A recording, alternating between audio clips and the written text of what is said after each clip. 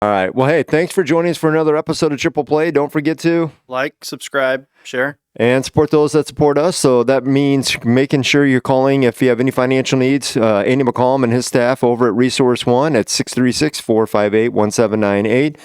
And you can reach out to CS Design and Chris and his team who have done our intro, outro, a website, all sorts of good stuff at 573-436-3717. Don't forget to look for merch on the website and other areas. They're working on getting it on YouTube. There's been a few hiccups. And don't forget to, if you have any insurance needs, to give Jeff Earhart and his team with State Farm a call at 314-821-5333. So we appreciate all their support. And with that said, who do we have today? Well, they're already looking at him. We're looking at the man, the myth, the legend, Tommy Heinemann. So, and Tommy's an awesome guy. We were just talking before this that he's been doing these kids camps for a long time, which is really was my first introduction when we were going to New Community Church. Everybody was talking about the famous Tommy. So soccer camp, and at that time he was playing in MLS and looked like a winner, which you wanted becoming a winner. So we'll get into more of that. But Tommy, it is great to have you here today. Hey, thank you both. Thanks for having me. Good to see you. And I like your guys' setup you got there in the office. There looks quite nice. Thank you. That's all Josh. When you come through St. Louis, we'll have you back on, and you can be in the studio. So I don't know if you wouldn't know this, but people watching this are going to be seeing your face on YouTube, and it's not uncanny, but you look very familiar to Paul Goldschmidt. So if you're watching this, we're not interviewing Paul Goldschmidt. He does. Yeah. That is oh my goodness. So if you want some confidence boost, he's a good-looking guy. You're good-looking. He's got the shave head too. You guys have similar hair, so you're in good company. I think Goldie might have an additional 30 or 40 pounds of muscle on me, but he is really strong. We used to call him Popeye. Oh, did you? Yeah, you just look like he's standing on first. It looks like you could just squeeze a can of spinach and shove it down his throat. Yeah. Oh, that's funny. That's hilarious. So, that's it, Tommy. Thanks for being on here. Tell us a little bit about yourself, a little bit about where you grew up, and the St. Louis question, where you went to high school, and then how'd you develop the passion for soccer and for the Lord?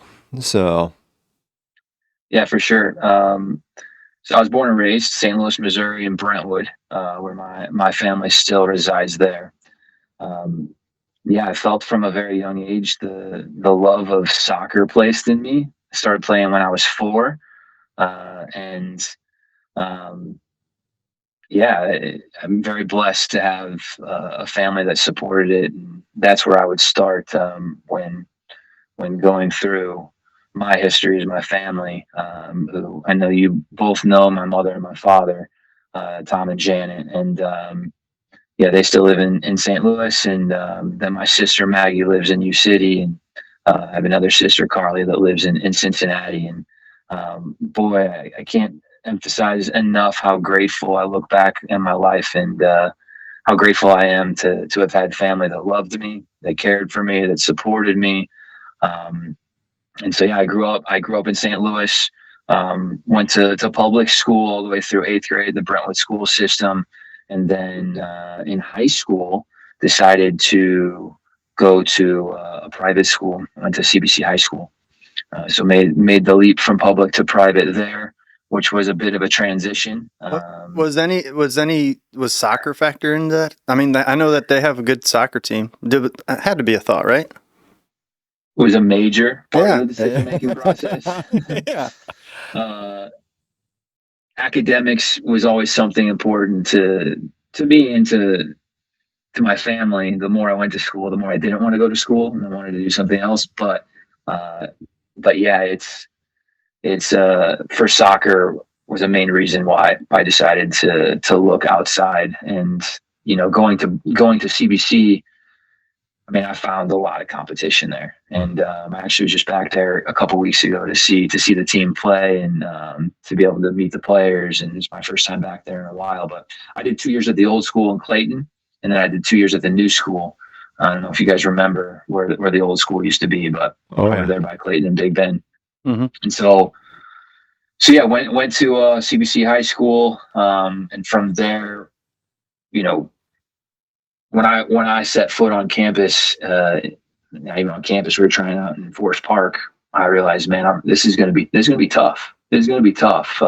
We had like 60 players come out, 5 teams, 2 freshman teams, a sophomore team, a JV team, and a varsity team. It was a fight. It was a dog fight every single day to try to get on a team, to try to get on the roster and play. And I'm grateful. I'm super grateful for my experience at CBC because it taught me a lot about fighting, about competing, about rolling your sleeves up and day after day having to persevere. So yeah, CBC High School, and then from there went to Rockhurst University over in Kansas City before I started playing professionally and then eventually now coaching. And yeah, my faith life is the most important thing to me. And then my family, and then what I do. It's kind of my priorities, and my my my faith began at a very young age. And I'm very grateful to the education, like I said, my parents, but also the church of New Community Church is the church that I grew up in, out in Wildwood. And when they began that church, I remember having Sunday school classes with stuff falling out of the ceilings, and probably. I didn't know any better at the time, but I remember it now and seeing it today. It's a pretty cool transformation. But I gave my life, to Christ and began believing when I was 8 years old through the Awana program, which my family had put me into, and knew a lot. I would say of scripture, and knew a lot of things at that age, but really began to feel, drawn more and more deeper in my faith in my middle school years, really. When I started this, I was a very competitive kid, and I had a lot of things I went through with competition where I would just cross the line and just do things I shouldn't have done, on the playground, and, compete in the backyard and things like this. And I really felt the call of the Holy Spirit say, hey, if you want to profess my name, you got to walk like me, you got to talk like me. And I began praying, trying to train my mind to have good, wholesome talk come out of my mouth, to be a positive influence. And yeah, and then it was through those years that I feel and thanks to Jerry and the staff, I know a New Community during that time, just for consistent teaching and understanding of the word, and was able to understand on a deeper level what it meant to be a Christian. So that's kind of I look back in my life, and I don't know where I'd be in my faith life without that period of time, because it just gave me such a good foundation in scripture and in relationships and understanding what's important in life. Yeah, that's from a 30,000 foot view. That's a high level. That's good, man. No, that's really good. I was going to ask you. House on the Rock. Yeah, I had 2 questions for you on that. So one is, was your dad painting houses back then too? Yes. Okay, so just so people know, if you needed somebody to paint your house, Tommy's dad is amazing. Did ours about 2.5 years ago. So I'll put his link in the show notes, just because if anybody's interested, they should check it out if they're in the St. Louis area. So I'll tell you a quick story. When I was at CBC, I was working for him in the summers, and I remember he was teaching me how to paint. My first time, trying to earn a little bit of money, trying to stay busy. I remember very vividly one time painting I can't remember the sideboard though, or what specifically you call it. I was painting a stroke, and I was trying to get the lines and I looked over. I was working for, I don't know, maybe a couple minutes. I looked over, and he had done 10 times what I did in a minute. It was just zoomed right through, and it was a perfect line. And I said, holy smokes, that's another level of quality right there. But yeah, he's a master painter, and very easy to work with. So obviously I endorse him. Awesome. And then you were talking about your faith. I mean, obviously you go on, you already mentioned being in MLS. What I would imagine that also kept you grounded from all the other stuff that goes on in sports. I mean, we've talked about with Scott that how important that is. I would have ventured that kept you out of a lot of trouble too down the road. So 100%. It's a guide and it's a filter for decision making. I think that's where it starts, and you decide what situations you want to go into and what ones you don't want to go into, and that's very important to understand. So it's a critical filter. Well, God is light. He is the way. So, I mean, if you don't have that a way and a light, when you get off the way, if you don't have the light, you're toast. yeah, Yeah. So the way and the light, it keeps you on the narrow. Good point. Right. You've had you played and shared your faith, and you coached and shared your faith, I'd imagine. But have you found that it's easier when you're playing, or is it easier when you're coaching to kind of get into that field, or is it just kind of you roll with, you haven't even thought about that? Not even on your radar. Yeah, I haven't, because for me, it's a part of who I am as a person before anything that I do.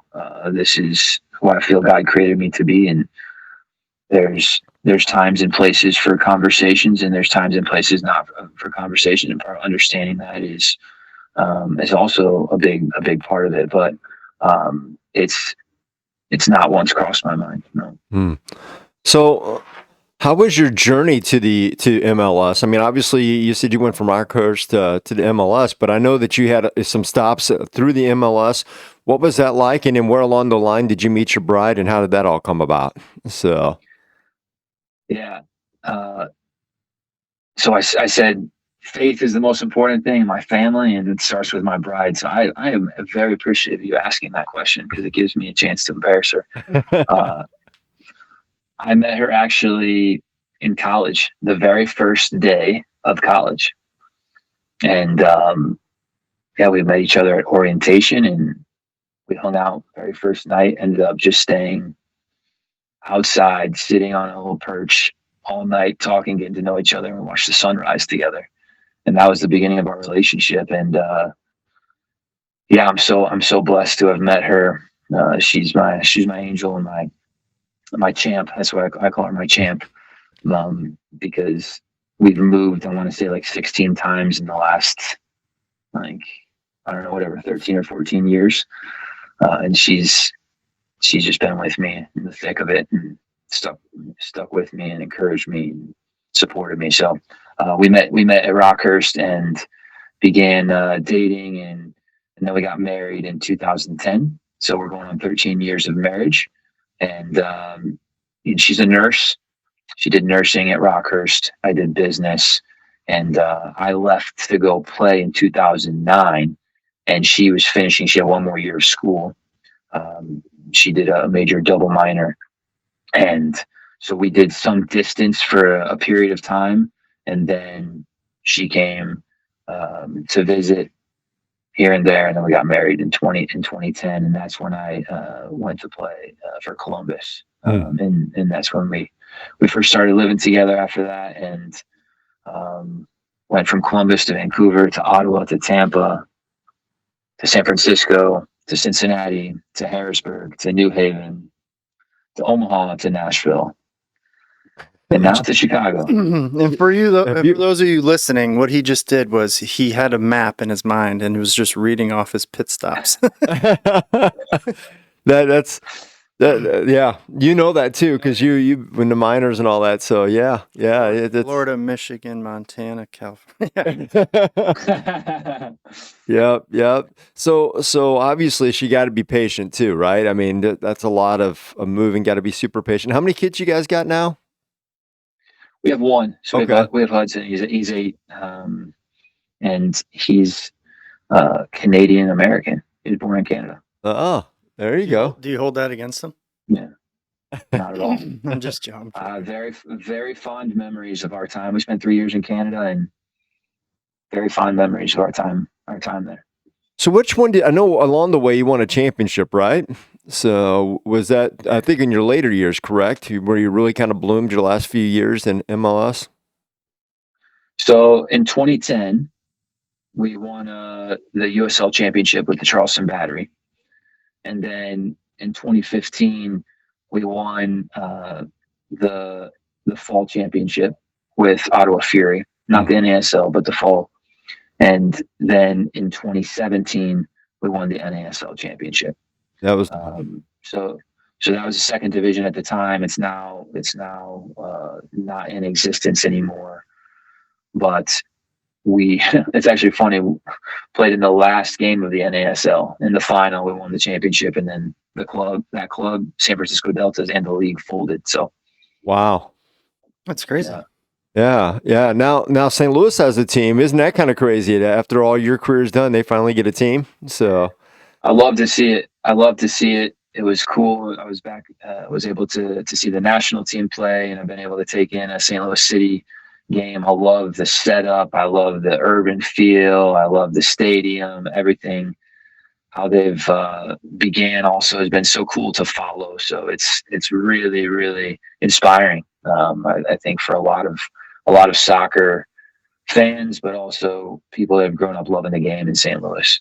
I was going to say, St. Louis is the hub of soccer, so it seemed like it was long overdue, in my opinion. I mean, it seems like you got two sports if you go around in St. Louis and ask if they play one or the other, and you guys represent both. You got baseball and soccer. I mean, anywhere I go around in Missouri area, baseball, soccer, often both.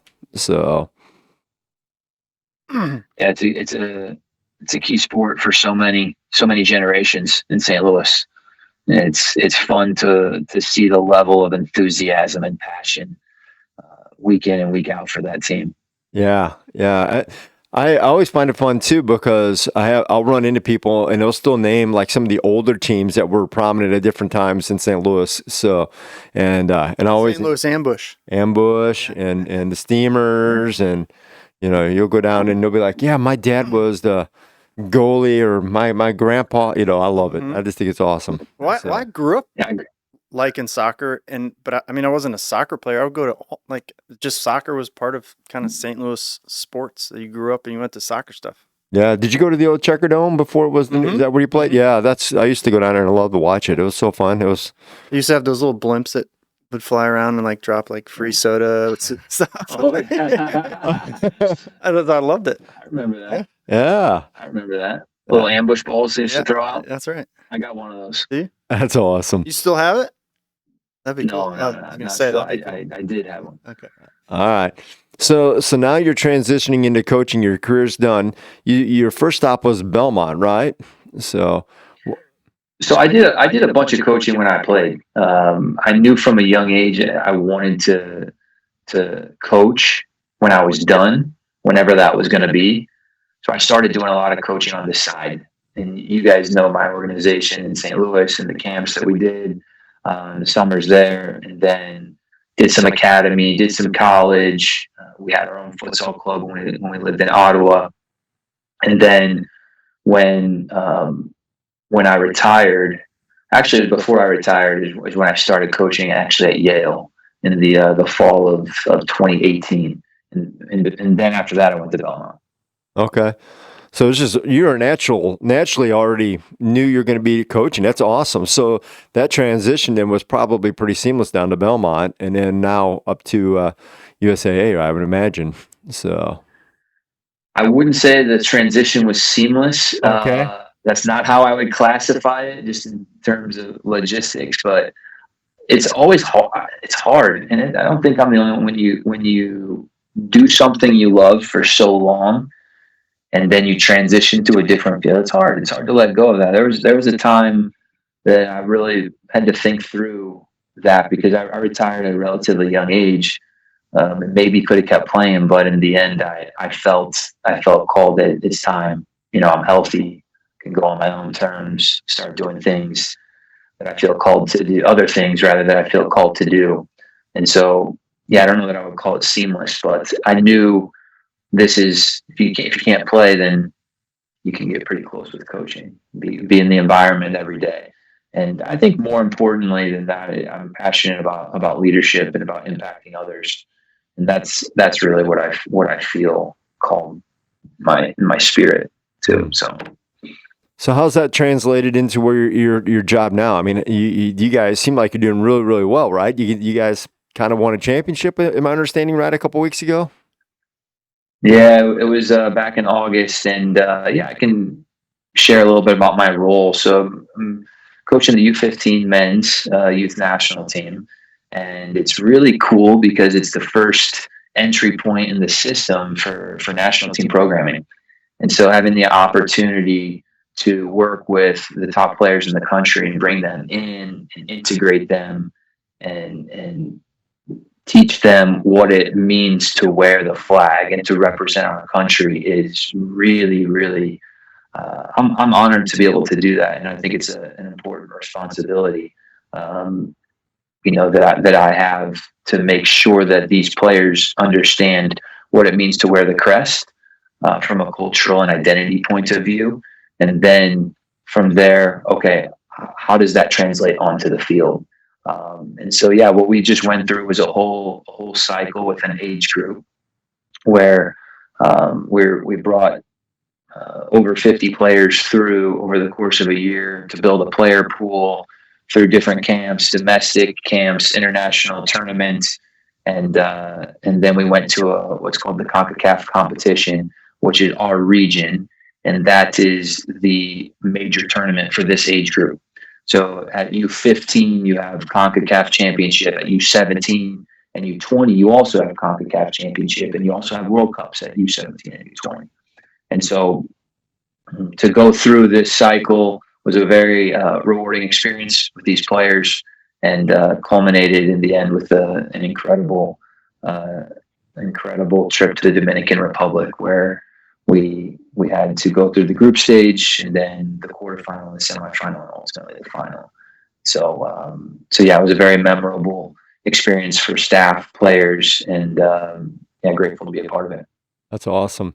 And another culture that's huge on baseball and soccer down here in Dominican Republic. That's like their two major ones. So that's awesome. So has the youth portion of the USA team changed since you were entering in that, or your age group back then? How has that changed from its inception till now? Yeah, it's evolved a couple different times over the last couple decades, in terms of, scouting and kind of identifying talent and bringing it up through the system. Is that what you're talking about? Yeah. Just, numbers, like you said, scout, the amount of opportunities you have to see kids as opposed to it was, maybe 15, 20 years ago. Yeah, I think the starting point is that soccer's growing. If you look at the top levels in our country, it's been growing year after year. So seeing the investment into the game and professional leagues and into academies, boys and girls, has been tremendous to see. And I think that's the starting point for it. In terms of the system, it's evolved, like I said, a couple different times from, state and ODP to there was the U.S. Developmental Academy that launched in, I believe it was 06 or 07, all the way to now, where MLS Next has a functioning league. There's ECNL, there's national, there's all these different leagues that players have opportunities to play in, and opportunities to grow and to develop, and it's exponentially more opportunities that are available now than were available 10 years ago, 20 years ago. So that's very cool to see. Yeah. How many young men do you work with on that team then? So this year, roughly speaking, how many do you normally get to work with? So in camp, it can be anywhere from 20 to 24. Sometimes there's larger camps, but any one time it's about 20. I would say 20, 24. Is that where you usually bring to tournaments, like the U15 men's team? How many did you bring down to that tournament? So there's 18 in our final roster. Okay. We brought 24 into our build-up camp. And what ages are they? Since they're kind of the entry level, what age is the normal age for that group, do you think? So this past age group was 2008 born players. So January 1st, 2008 or later, you had to be born. Gotcha. All right. 15. Just be 15. Yeah. Well, I was just curious, I figured this when he said U15, but I was, is it like 14 and a half, or do they, if they turn 16, they get bumped up? So, yeah. If you got like a really good 13-year-old, yeah. Is that possible? Like, you wouldn't want a kid that's, really good at 13 playing against would essentially be bad competition for him. Are there No, enhancements? I think it's all about the individual, Yeah. right? And how does the individual develop, and meeting the players where they're at. And there's some players that are younger that are ready for another challenge, and in their development, they actually need that. Mm. And then you have other players that are on the complete opposite side of that.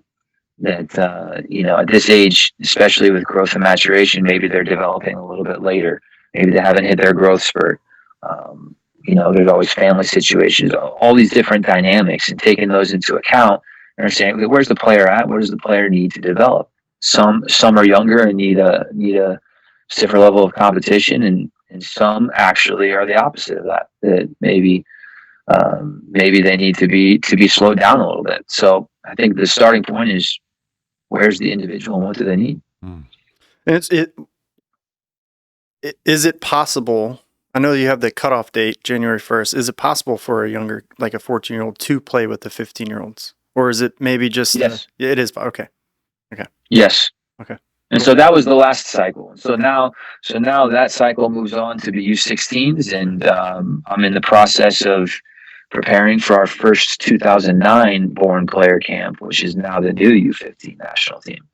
And so the other part of my job at school is, okay, trying to prepare players, and ultimately our job as youth national team coaches to try to progress players up ultimately to the senior team one day, and that's a long process, right? But inspiring them to believe that one day they could walk across the line for our country is a cool thing to talk about. It's a really cool thing to live in camp with players, and to discuss that and to let them dream about that, because ultimately that's the end goal. Yeah. Yeah. And you see the competition, or at least in my opinion, the more I watch the USA men's team, compete, it seems like year over year, we're getting, obviously you get cycles of different abilities of players, but it seems like the general level of men's soccer in our country is getting closer and closer to the world stage. So, we used to be trampled on. Everybody took us serious. And it seems like now we're a real threat. So, and continue to improve. Wouldn't you agree? I would think you would agree.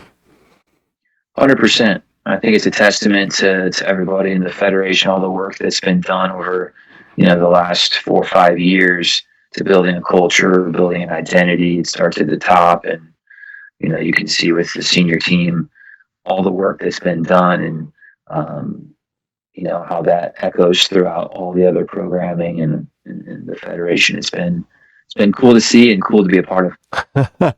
That's awesome. That is really, really cool, Tommy. I'm glad to hear that, and it's cool to see that they have progressions. I didn't know that. I'm learning along the way. I mean, I knew they had it for other sports. It makes sense that they have it for soccer, but I'm not in the soccer world other than enjoying it as a fan. So they hear how that progressing goes on. That's amazing. And it sounds like, from what I know, you travel a lot. Do MLS players today have to travel around as much, or does it seem like the leagues have settled down better than they were in the past, and they're more formed? So, no, I think leagues today in this country, one of the biggest challenges is travel, because of how big our country is. I think what you've seen at the first division level is a lot more chartered flights, a lot more expedited travel. But yeah, it's a big challenge. You're not hopping on a bus and going an hour or 2 hours or even 3 hours to another city. You're getting on a plane and flying 3 time zones, 5 hours, and prepping the body to play. So I think yeah, travel is still a major challenge, but one that I feel as a country we're continuing to evolve and trying to find solutions for. Yeah. How do you guys find your talent? What's the normal way? Is it look online, or is it through recommendations of different people in different areas? How do you guys get your eyes on the elite players? Yeah, it's a really comprehensive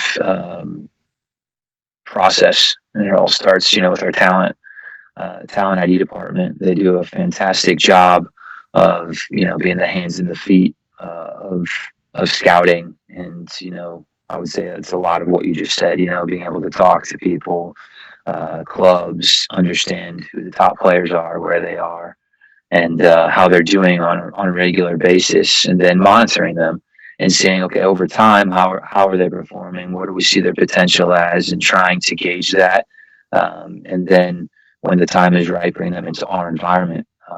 The daily environment that players are in is very important, and so when we see high potential players, it's okay. What environment are they in, and is that an environment that's going to lend itself well to development for national team potential? And so, yeah, working with our talent ID department is something that is a very close knit collaboration that we do and meet and speak regularly, because there's players all over this country, and that's the beautiful thing about how diverse our country is that we have all different types of people, all different types of cultural backgrounds, traditions, players, and being able to monitor all these different types of diverse players is awesome. It's awesome. Yeah, That is awesome. I also would imagine it makes it a little bit more difficult from a coaching standpoint of how much diversity there is. I mean, you think about maybe you go against the Russian Federation or the Russian team. It's all the same people. That may lend itself to easier coaching theoretically, but also you're not going to get so much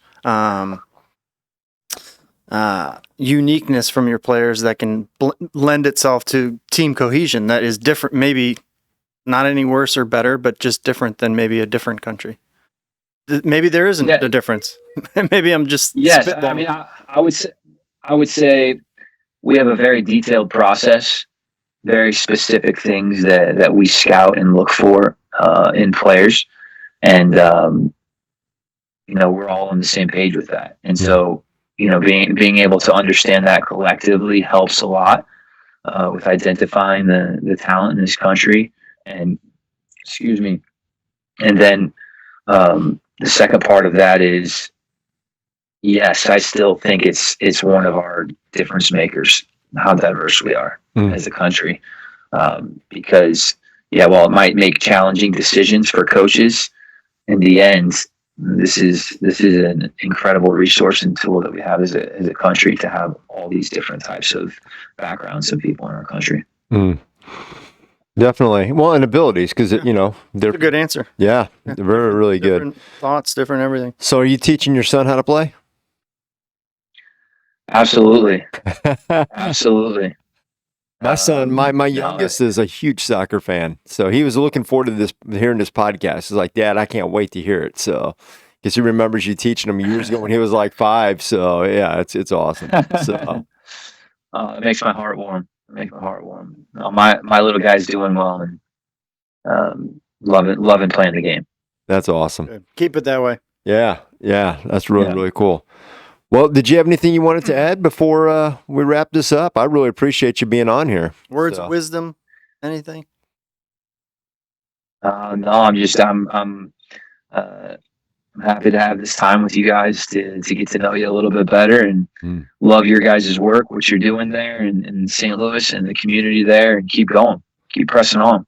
Well, don't forget to check out some past episodes too. You mentioned Pastor Jerry. We had him on not all that long ago talking about transfer of biblical authority in the church, because of how 3.5 years later our church is still it's growing even more, and you just don't see that very often. And Jerry's so humble. I love him. He's been on here 3 times now. I think we've had 3 episodes with him. So we've had Doug Hayward on here. Doug. So that's awesome. We were talking how to work through divorce, and so his episode was really cool. So you'll probably recognize Marv. You probably know Marv, and We've had him on with the whole Missouri Association of Creation. We did a whole series where we went to the zoo on them. So your little one might like that one. So because those are like 10, 15-minute clips, and they talk about each of the animals and walk through them, and it was really fun. I learned a lot. I learned a lot just listening to them talk. It's always fun talking about how God's wisdom lines up with the world's folly, and how it's just in your face. You think about we were talking about giraffes. How God created a giraffe is amazing. Yeah. Incredible. Yeah, heart like a jackhammer, lungs 25 pounds, have to bring down that air through a 10-foot windpipe. Amazing. Yeah. You're absolutely right. Well, thanks, Tommy, for being on here, and thanks everyone for listening in. Don't forget to listen to past episodes. Make sure you're liking, subscribing, sharing us, and we'll put a link on there too if you want to get your house painted. Don't forget, we know Tom Heinemann, not Tommy Heinemann, but we know the Heinemans, and Tom is an awesome painter. Can't recommend him enough. I've been giving his number out to anybody I know that needs a house painting, or cleaning. I know they spray down houses too, so. But he's an amazing painter. So that said, we'll catch you next episode. Thanks, Tom. Thanks, Tom. Tommy. Thanks for having me. Thanks, guys. Yep.